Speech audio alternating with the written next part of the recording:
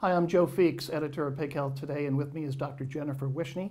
She is an assistant professor at Cal Poly and also a consultant at Wishnie Consulting in California. Nice to have you here. Well, thank you for having me. Now, you've been taking a look at the attitudes toward antibiotic-free production, but not so much consumer attitudes, but attitudes among pork producers and veterinarians in particular. What are you finding? Well, you know, it was an interesting survey. So like you said, this was a look at the opinions and experience of veterinarians and producers, actually across commodities, but I'm going to talk specifically about swine because that's my area of expertise, on their experience and opinions of raising swine without the use of antibiotics. So this, I think, was probably one of the first surveys that has looked at the veterinarian and producer perspective. And we had a lot of interesting outcomes. We looked at disease challenges between the two systems, as well as health and welfare challenges.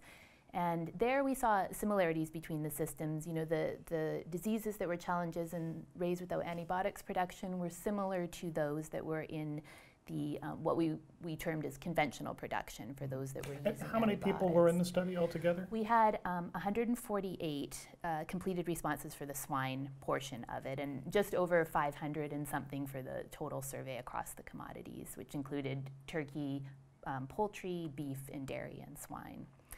And then we also looked at impacts on production, so different production parameters and how raising swine without the use of antibiotics would impact that. And so we saw that respondents, both from those that had experience with RWA production and those that were in conventional production, and what their opinions would be if they switched to RWA production. And I'm using RWA to mean raised without antibiotics. That there was some negative impacts on production parameters, like a decrease in feed efficiency, an increase in mortality. And this is what they thought was going to happen? Or was it based on their own experience? Yeah, so both. For the what we call the RWA group, it was based on their experience or their past experience. For the conventional group, it was based on their responses were grouped as to what they thought would be the impacts. And we saw between the two groups similar what they thought and what they experienced to be the same on the production parameters. We also looked at not only the production parameters, but some of their opinions on, if we presented them with the question, how would raising swine without antibiotics impact food safety? Do you think that it would significantly worsen to significantly improve food safety? And interestingly, across the commodities and between the groups, the RWA respondents with experience in this type of production and the conventional respondents, their opinion, they all felt that food safety and a similar question, animal health and welfare, would be significantly worsened or slightly worsened or have no impact on food safety. So a shift to believing that understanding, experiencing, or believing that this would negatively impact food safety as well as the health and welfare of the animals. And that's really interesting because the food industry, so much of it is driven by consumer perception, not always science. So when you look at most consumers, if they're saying, well, we don't want antibiotics, but we also want animal welfare. We want safe food, but we don't want antibiotics. They don't seem to be going hand in hand. Right, and that was actually as part of the next question we asked. So we asked what their experience or opinion was based on that. We asked, what do you think your customer believes? So what do you think your retailer or your grocer believes? We didn't ask the grocers or retailers or customers specifically, customers being the companies, not the consumers. But we asked what the producers and vets thought, and the shift there was that they thought that their customers believed that food safety and health and welfare would be significantly improved or slightly improved based on raising animals without antibiotics. So a pretty substantial difference in what they believe or experience versus what they think their customer that they're selling to believes. So that was pretty enlightening for us to see that in the survey, and I think you know, raises the question, what do the customers actually believe, and is that sort of the next step to look into that and better understand that piece? Well, and it's interesting because veterinarians are really medical doctors or people of science, and then producers, of course, have a good track record for wanting to have high standards for welfare, not just because it's the right thing to do, but because pigs that are happy and comfortable perform better. So it's a win-win situation. Why do you think then that some of these producers are open to raising pigs without antibiotics if they're aware of these downsides? And I think a lot of that, we did actually ask a question surrounding that as well. What were the factors contributing to your decision to raise animals without antibiotics or to not raise animals without antibiotics? And what we observed in the factors contributing to the decision or the reasons for raising animals without antibiotics were all primarily market driven. So, you know, they a better sales price, they got a piece of the market that they weren't able to get otherwise, like a niche sort of production. So surrounding sales driven reasons, and for those reasons for not raising animals or pigs without the use of antibiotics were primarily concerns for health and welfare of the animals, or that they were in a program they felt comfortable already had responsible antibiotic use. So where are we going with this? Well, good question.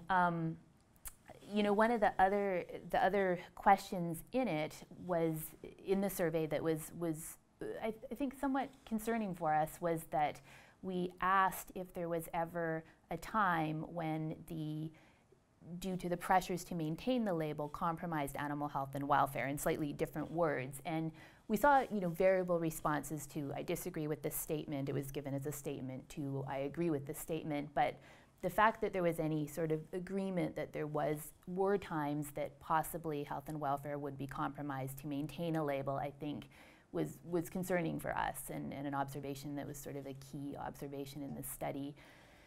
So in terms of, you know, next steps, I think number one, understanding what the consumers actually think, because we asked what they thought their customers thought, or what the not the consumers, what the customers actually think in terms of that, and what, although a lot of the industry has done educational outreach to customers pretty significantly on why and how we use antibiotics for animal health and welfare and human health, how we might need to approach that in a different way if that isn't the message that's getting through.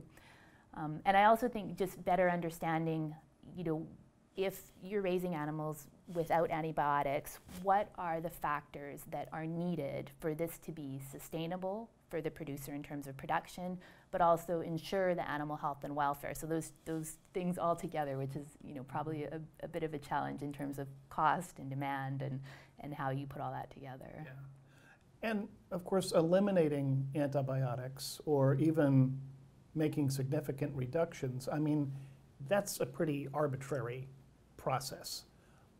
Is it necessarily the same as responsible antibiotic use, or is there a difference? No, I think that is a great question because no, you know, and that is the concern, eliminating antibiotics. What does that actually mean? How is it impacting animal health and welfare? And as we see from this survey, the opinions and experience that it does impact animal health and welfare and potentially food safety, which is the opposite of sort of where we're trying to go with protecting human health. So no, I think responsible antibiotic use is how do you use antibiotics responsibly in a manner where you are protecting the health and welfare of the animals and you're cognizant of how you're using them so you're minimizing the potential for resistance to develop. I think that's part of responsible use and what you've probably heard the term stewardship and how we use antibiotics. And you know, in the pork industry, I think we're pretty fortunate because we have the Pork Quality Assurance Program that's, you know, a very long-standing program and has a good piece in it about judicious or responsible use of antibiotics. And the producers in the pork industry are pretty, I would say from my past experience, you know, well versed in this and how to do it responsibly. But something, you know, I think as an industry, veterinarians and producers and everyone involved is always, we want to be very cognizant of it and how do we continually improve this and make sure we're using antibiotics responsibly. Yeah, and from a practical standpoint, they cost money. Yeah, absolutely. Yeah, Did that come up in your survey at all? It didn't. We didn't ask about the, well, in a slightly different way. We asked about the cost of production, and yes, the respondents agreed that the cost of production was increased when you're raising animals without antibiotics. So that's even a little bit different. So what are the takeaway messages for the pork industry?